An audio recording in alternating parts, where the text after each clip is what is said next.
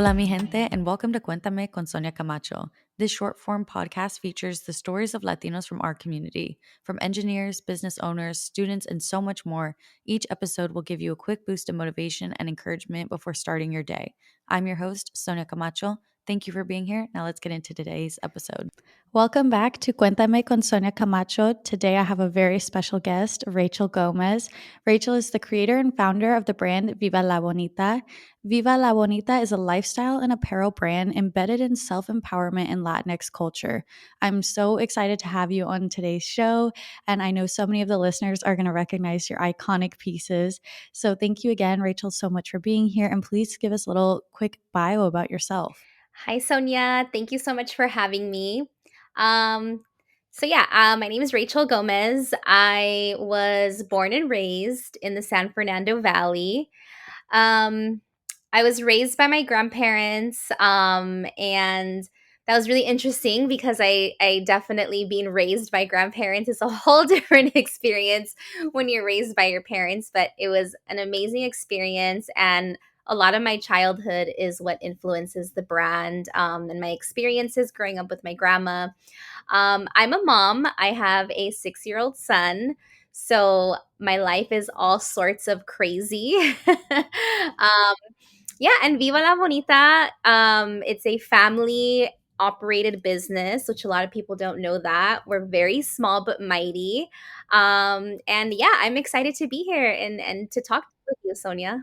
Awesome. Well, you kind of touched on it a little bit, but I would love to dive deeper in where the idea for the brand came from. I'm sure a lot of the listeners like myself have seen a few of your other interviews and know that it was definitely a journey to get to where you are today. So if you want to give us like a quick summary of where the idea came from and how you guys got to where you are today. Yeah, of course. I'd love to share that. So I worked retail for, almost 12, 13 years. I basically started working full time retail when I graduated high school. I didn't really know what I was going to do, but I knew that I wanted to be in fashion.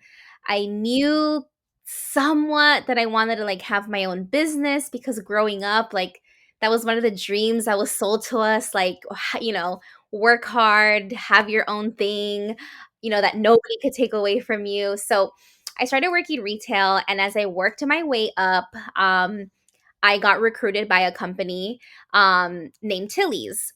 And Tilly's housed a bunch of cool like surf and skate brands. And through my experience of working there, I was like, there isn't a brand like for the Latina community, specifically for Latinas. And I was like, it's so interesting because I was paying attention to the demographic that was going into Tilly's and shopping at the time. And this was, mind you, like 2009, 2010. And I was like, okay, like there needs to be a cool brand for these girls that are coming to support brands like Ruka and Billabong and DC skate shoes. And I was like, let me research what these brands really do. And working retail really taught me the importance of branding and how you can offer the same product to a customer, but where the customer is connecting, it's through the storytelling and it's through the purpose of your brand. And I was like, this is super cool. Like, I want to give it a shot. And I really thought about I really thought about it for a while. And one day I told my fiance, I think I was like on my lunch break, and I was like, I think I want to start a brand. And at the time, it was only called Bonita. And I was like, I just want to start a cool brand that's really just rooted in empowerment. And it's just like a cool, safe place for like Latinas to really just exist in their authentic space. And that's when I started the Instagram. And I I knew that I needed something a little bit more, something to tell the story. And to me, bonita means self empowerment, right? It means it's rooted in self empowerment. Bonita is rooted in self empowerment. Bonita really isn't about how you look, it's about how you feel and how you make people feel. And I think that when you are moving in your purpose and moving with intention, I think you do come off the most beautiful. So to me, I felt like that feeling needed to live forever, and we basically came up with the slogan Viva La Bonita, and we started to create our community on Instagram. And I was working full time, like, I couldn't quit my job. I needed to make money and pay the bills. So I was like, okay, I'm just gonna keep doing this like on my days off. I'm gonna have photo shoots with my friends. I I think maybe like a few like months in, I invested in my own like little vinyl cutter machine and my own heat press, and I started to make my own shirts at my grandma's house. And with those shirts that I would make, I would hit up my friends, like, who's free, like, who's down to shoot with me, on the weekends or my days off. And we would just put this content out in the internet. And yeah, in the beginning, obviously, I was like, I want to sell like 50 shirts, but I'm like, let me just put out these shirts. Let me put out these photos. Let me tell the story. Let's just see if people even like it. And when I tell you, Sonia, it took years. Like, it took years for us to finally like hit, because fast forward from like 2012 when I started the Instagram to like 2017, that's when it finally hit. So, it was just a lot of trial and error for like a good 5 to 6 years of trying to figure out how Viva La Bonita was gonna become a brand and a working brand. And I mean, we could talk for hours about the journey, but that's basically like my long story short. It was I I found a purpose for the brand. We really focus on the narrative, which was to really just empower the Latina community and come from a place of truth, right? And I think ultimately that's what helped us stick out from, or just helped us stand out on the internet. And this was at the beginning of Instagram. So I feel like it was easier at the time to create your community. And I do remember one of the things that I know worked for us is this was when hashtags were like really big. And I remember hashtagging every photo Latina brand. And Viva, there was this platform, an online platform that basically would just write articles that circulated, around the Latina or the Latinx lifestyle. And they reached out to us because they found us on Instagram. They were like, we just searched Latina brand and you literally were the only one on that hashtag. So we're reaching out to you. We want to write an article. Yeah, we wanna write an article, so that was our first PR that really just helped, like, bring all this attention to us, and that happened in 2016. I remember because it was shortly after my son was born. So not only did, like, I go on maternity leave and have this whole baby, but then my brand, like, reached masses, and then we were like, "Oh my god, it worked." So it's been a wild ride, and honestly, ever since then, it's been it's never the same day. It's literally a new day every day, and we're consistently learning and growing, and it's been amazing so far. I love that. And I think something super inspiring about your story and kind of a theme that I've noticed from other creators that I have interviewed is it's that initial leap that is so scary. But in order to be a successful entrepreneur, you have to take risks in order to follow your dreams. And so I think that's very inspiring what you've done and where you are today.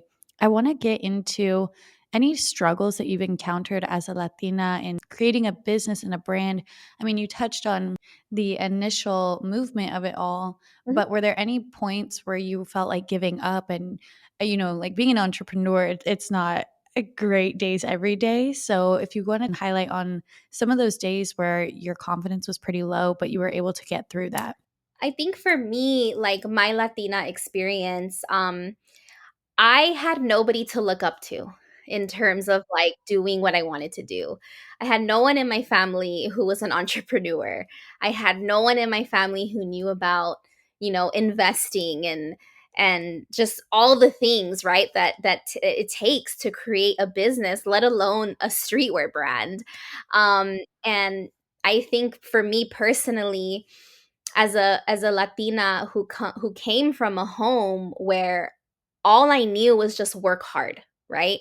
I didn't know everything that it took to create a business, and for a long time I think that really kind of just got in my head where I was like, well, I don't think this space is for you because I didn't see myself in this space. And it wasn't until I really, I guess, one day it just clicked where I was like, the reason why you don't see yourself in this space is because it's meant for you. It's meant for you. And I think in that moment I was like, you're right. Like, I'm in this space.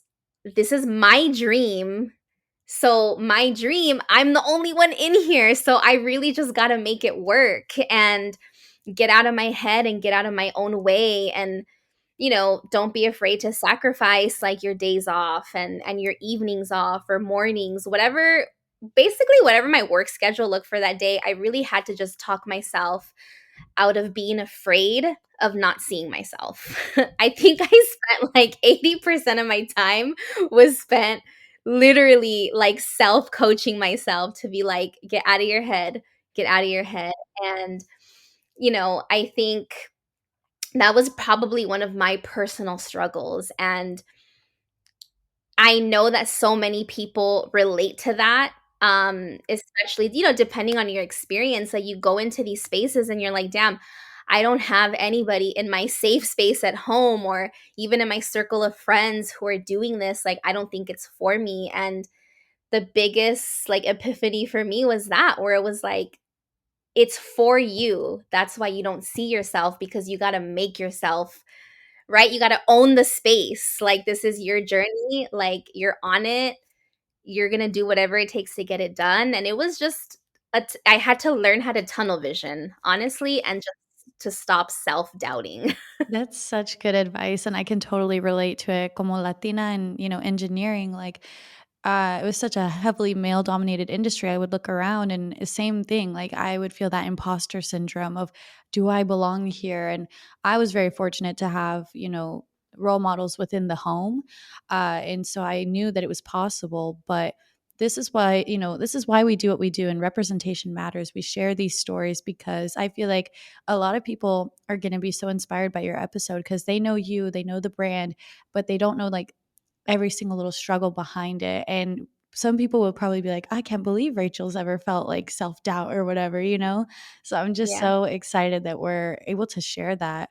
To finish up the episode, let's go ahead and have you share some advice, final words of advice, things you wish you knew, and what we can expect from the brand next. I think some of the best advice that I could give to anyone out there is to not worry about what people are going to think of your dreams and your plans. To really just go for it. If it makes sense to you, it makes sense to you, because this is your journey, this is your dream, your plan. And I remember growing up, I think maybe a lot of people in the, Latino community, or specifically the Mexican community, were always told, pues, ¿qué va a pensar la gente si haces eso?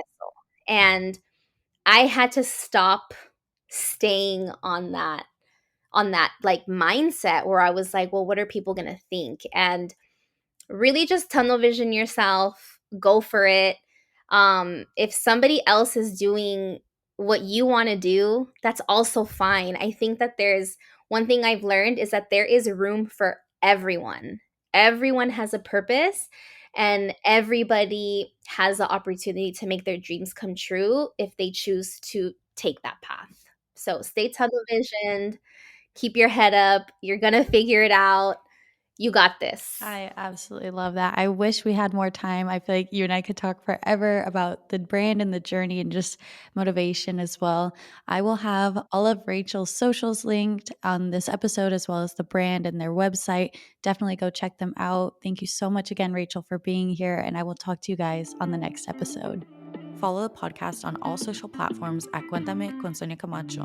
Listen to us on Spotify, Apple Music, and YouTube. Want to be featured in a future episode? Email cuéntame.sonia@gmail.com. Thank you to our equipment sponsor, Shure.